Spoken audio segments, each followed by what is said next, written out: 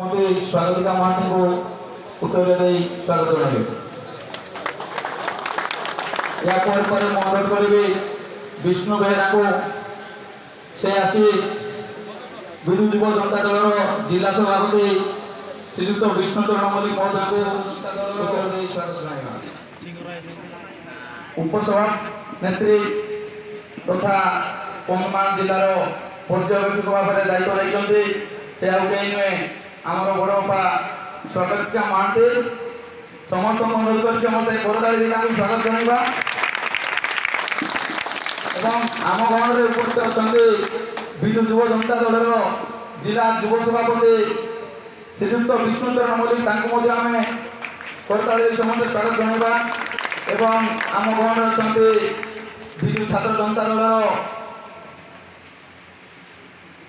साधारण संपादक श्री शत्रुघ्न महानंद समस्त करताली स्वागत जनवा।